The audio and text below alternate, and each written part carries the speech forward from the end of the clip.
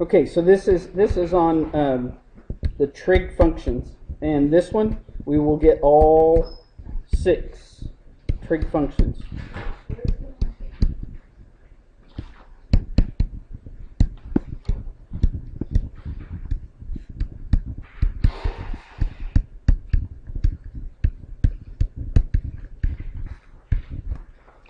Okay, you in geometry covered the first 3 trig functions, okay?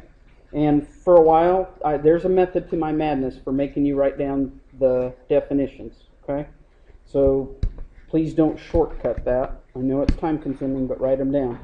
And for a while, we're still going to use the angle theta. The author starts using beta and alpha later, but for right now, if they do give you an angle, if they said the angle was 60 degrees or the angle was 55 degrees, you can go ahead and put that in there. You can say sine of 60 degrees.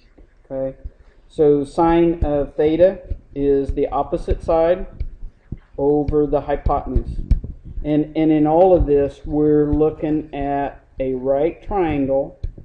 Okay, whichever one they're saying is theta, it might be this one, it might be this one up here. This would be the opposite side. This would be the adjacent side. Remember, the hypotenuse is always the one that's opposite the right angle.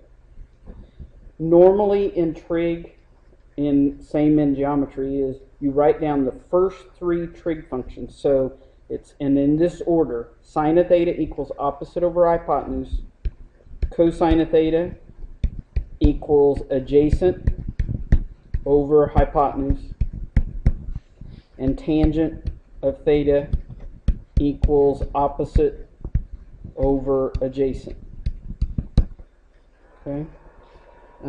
Some of you may have learned, because I taught Mr. Raymer the saying, and this saying comes from Paul Ward. He was an AFS student from Australia, and he said the way he remembered it was to say, "Some old hags can't always hide their old age." Okay. Did he teach you that one in geometry? Yeah. So it's some old hags can't always hide their old age. I just say don't think about me when you're saying it. Okay? Okay, then the 3 reciprocals. Okay? And these are customarily written right beside these. Okay? The reciprocals. And there's a reason, because they are reciprocals. It helps you check your answers. The next one is cosecant. It looks like this, cosecant, but you abbreviate it, and different authors abbreviate it differently. This author abbreviates it CSC for cosecant. Cosecant of theta, it is the reciprocal of sine. So if it's the reciprocal of sine, okay, you're going to invert that fraction. So it's going to be hypotenuse over opposite. Okay, then the reciprocal of cosine is secant. Okay, but we're going to abbreviate it SEC, secant of theta. And if it's the reciprocal, it's going to be the reciprocal of this. So invert that. So it'd be the hypotenuse over the adjacent. And then the reciprocal of tangent is cotangent. Okay, and this author uses COT for cotangent, so it is the reciprocal, so it's adjacent over opposite. Some authors use COT for cotangent. One of the books I taught out of used CTN for cotangent. It just kind of depends on your author. Okay. In most cases, except when it's a special angle, they are reciprocals, and reciprocals multiply together to give you what? 1. So sine of theta times the cosecant of theta equals 1. They are reciprocals of each other, and that's why it's customary to write them across from each other. Like if I said the sine of theta was 3/4, then I know the cosecant of theta is 4/3, and it's easy to check. They should multiply together to equal 1. If they don't, you've got an error. The only part where this does not work is if you're working with and you get 0 for one of the answers. Because when you take the reciprocal, you're going to get infinity, okay, or undefined. So this one, cosine, and its reciprocal, secant, multiply together to give you 1, and tangent of theta times cotangent of theta equals 1. They are reciprocals. So if I said the tangent of theta was negative 1/5, then the cotangent would be a negative 5. They still multiply together to give you a positive 1. Okay. Also, I try to remember it. When you say the reciprocals, I just say the s's. I look at these. The s's do not go together. Sine and its reciprocal is cosecant. Cosine and its reciprocal is secant. So you got to remember those. Okay. Okay. Now we're going to look at all 4 quadrants and look at the SIGN, the positive or negative sign. So I need you to draw a coordinate axis.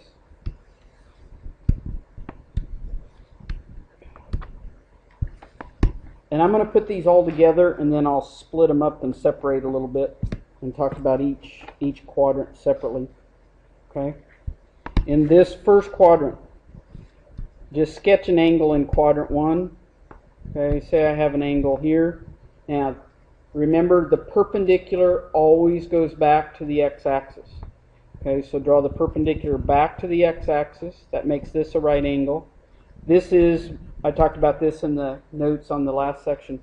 This is the reference angle inside the triangle. It's at the origin, and it's inside the triangle. Okay. If I look at just positive and negative, this opposite side, this side, would be positive because I'm going up. The adjacent side would be positive because I'm going to the right. The hypotenuse is always positive. Okay, now there's a couple things I've said more than once. Have you written it down? The hypotenuse is always positive.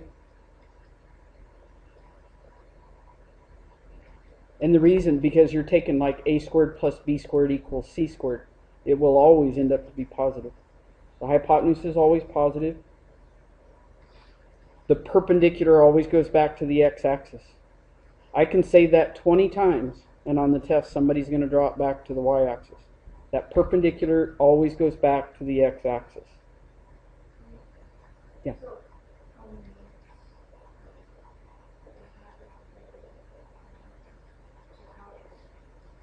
It's going to be, in the next quadrant, we're going to go to the left is negative, down's negative. But the hypotenuse was positive. Yeah. The sine and cosine could be positive or negative. Yeah. Yep. Okay, so in quadrant 1, remember this upper right-hand quadrant is quadrant 1. Label it with a Roman numeral. So in quadrant 1, sine opposite over hypotenuse would be positive. Cosine adjacent over hypotenuse would be positive. Tangent opposite over adjacent is positive. And all the reciprocals are positive. So in this first quadrant, they are all positive in quadrant 1. Okay, now let's do in quadrant 2. Say I start here, and I'm starting in standard position, positive side of the x-axis, draw an angle over into quadrant 2, perpendicular goes back to the x-axis, and now this is my reference angle inside the triangle. Label this as quadrant 2.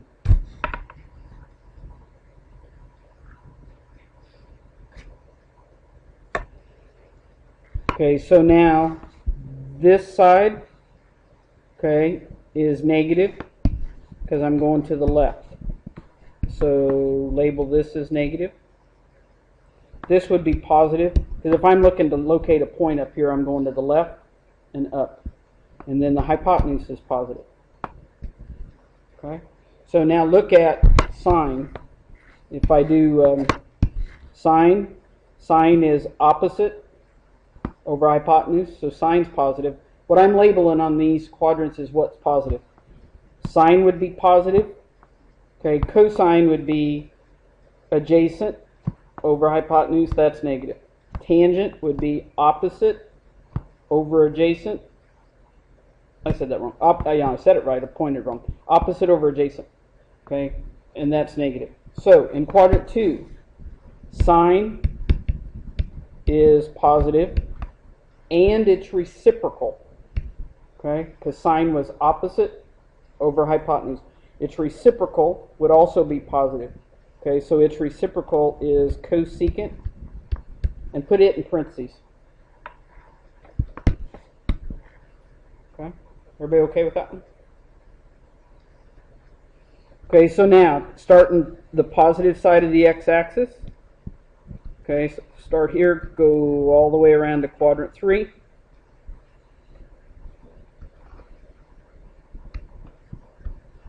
And I don't care if your triangles line up, just draw one in quadrant 3. Okay, now this becomes the reference angle. Okay, and from this angle, okay, you're doing the opposite side. Okay, and the opposite side we're going, because we're really trying to meet this point down here. So that's negative. We went to the left, that's negative. The hypotenuse is positive. Okay, and label this as quadrant 3. Okay, go through the first 3 trig functions. If you look at this theta, opposite, here's the opposite. Opposite over the hypotenuse, that's negative. Cosine is the adjacent over the hypotenuse, that's negative. Tangent is the opposite over the adjacent. So you should end up with a negative divided by a negative. That's positive. So in quadrant 3, tangent is positive. If tangent's positive, then that means its reciprocal is positive. Put that in parentheses. So cotangent's also positive. Okay, last quadrant. Okay, start on the positive side of the x-axis. Go all the way around to quadrant 4. Okay, so you're really locating a point down here. Okay, this is your reference angle. The perpendicular goes back to the x-axis. Okay, and then from this theta, you're looking at this as your reference angle. This side would be negative because you're going down. The adjacent side, adjacent to this angle, touching this angle, is positive, and the hypotenuse is always positive. Okay, and label this as quadrant 4. Now go through the first 3 trig functions as far as the SIG. And if you look at this as your reference angle, sine would be opposite. Okay, here's your opposite over the hypotenuse. Sine's negative. Cosine, here's the adjacent side. Over the hypotenuse, that's positive. So cosine's positive. Tangent would be opposite over adjacent. Negative divided by positive is negative. So cosine and its reciprocal. Okay. Now, that's going through each one all together. Okay, let's separate it out a little bit. Draw another little drawing there. Label the 4 quadrants.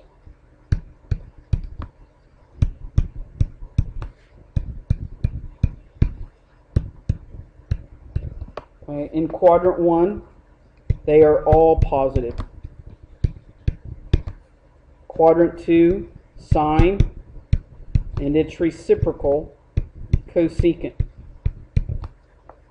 Quadrant 3, tangent, and its reciprocal, cotangent. And quadrant 4 is cosine, and its reciprocal, secant. And those are the ones that are positive.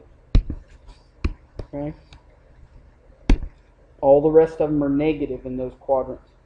Except for quadrant 1, they're all positive. So quadrant 1's all positive. Quadrant 2 is sine, and its reciprocal, cosecant. Quadrant 3 is tangent, and its reciprocal, cotangent. And then quadrant 4, cosine, and its reciprocal, secant. Okay, now I'm going to separate it even more. Go one more picture.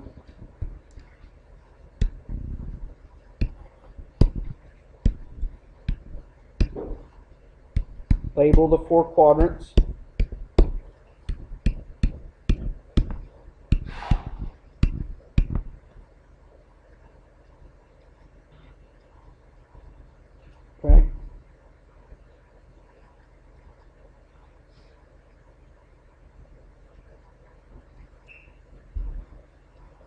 Okay, then everybody look up here for a minute. Okay, in quadrant 1, they are all positive. In quadrant 2, sine, that's an S, sine and its reciprocal. Quadrant 3, cosine and its reciprocal. Quadrant 4, tangent and its reciprocal. Everybody look up here. A, smart, whoops, I labeled them backwards. Gosh dang it. Turn it around. This one's quadrant 3. I said it. Did I say it wrong too? Tangents, positive in quadrant 3. Cosine, okay? Look up here for a minute. A, smart, trig, class. Okay, if that helps you remember. Quadrant 1, they are all positive. Quadrant 2, sine and its reciprocal, cosecant. Quadrant 3 is tangent and its reciprocal, cotangent. And quadrant 4 is cosine and its reciprocal, secant. Okay, and the way to remember it is A, smart, trig, class, and that'll help you remember it. Okay. Okay. Now, part of that assignment we're staying on the sine and cosine. Okay, and then the I guess I'm stop this.